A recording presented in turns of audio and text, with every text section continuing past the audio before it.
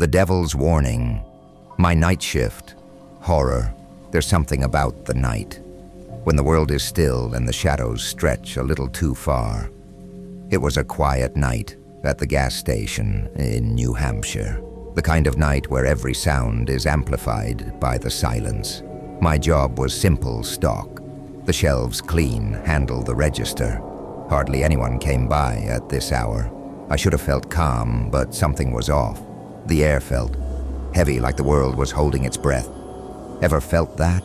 When everything just feels wrong for no reason? Hold that thought. It was near midnight when an old car rolled up to the pump. It was ancient, just like the man who stepped out. He moved slowly, deliberately, wearing a neatly pressed shirt and khakis. His white hair was slicked back like he was from a different era. He walked into the store, his presence unnerving. I smiled, trying to shake off the creeping dread. "Good evening, sir. How can I help you?" I asked. He didn't answer at first, just nodded and wandered the store, his eyes gliding over the shelves. I tried to ignore the unease and got back to cleaning, but I couldn't shake the feeling that something was wrong. A few minutes later, he approached the counter with a small bottle of water and a pack of gum. Nothing unusual, right? But as I rang him up, his eyes locked onto mine, cold, unblinking. Have you ever looked into someone's eyes and felt like they could see more? Like they were looking through you? Think about it. What would you do if someone stared at you like that? Pause and imagine, because that's exactly what happened to me. As I handed him his change, he reached out, grabbing my wrist. His hand was ice cold, and a chill shot up my arm. Then in a voice that barely sounded human, he said, "Hell is a real place, and the devil's already got his hand on you, girl. Be careful." I froze. The room seemed to shrink around me, his words echoing in my mind.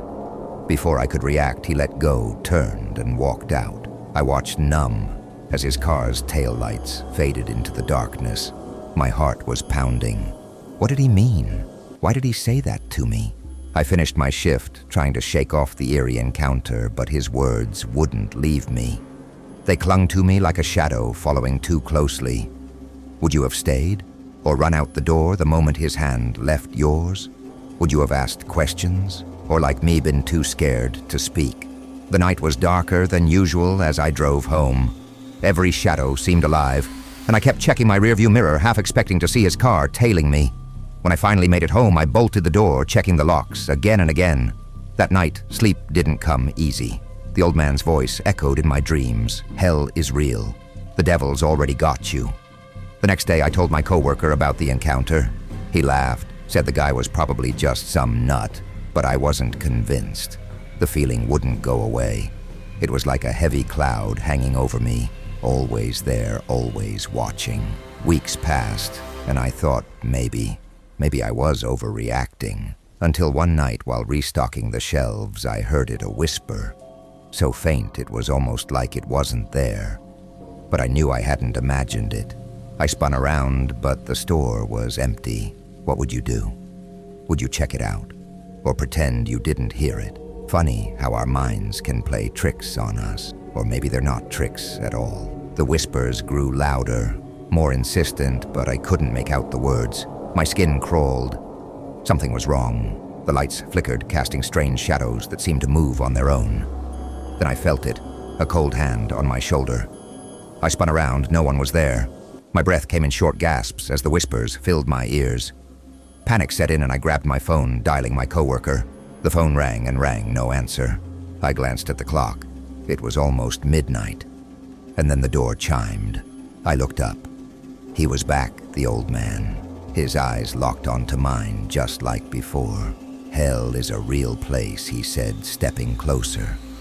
And the devil's already got his hand on you, girl. I couldn't move. His words hit me like a punch to the chest. He reached out again, his cold hand gripping my wrist.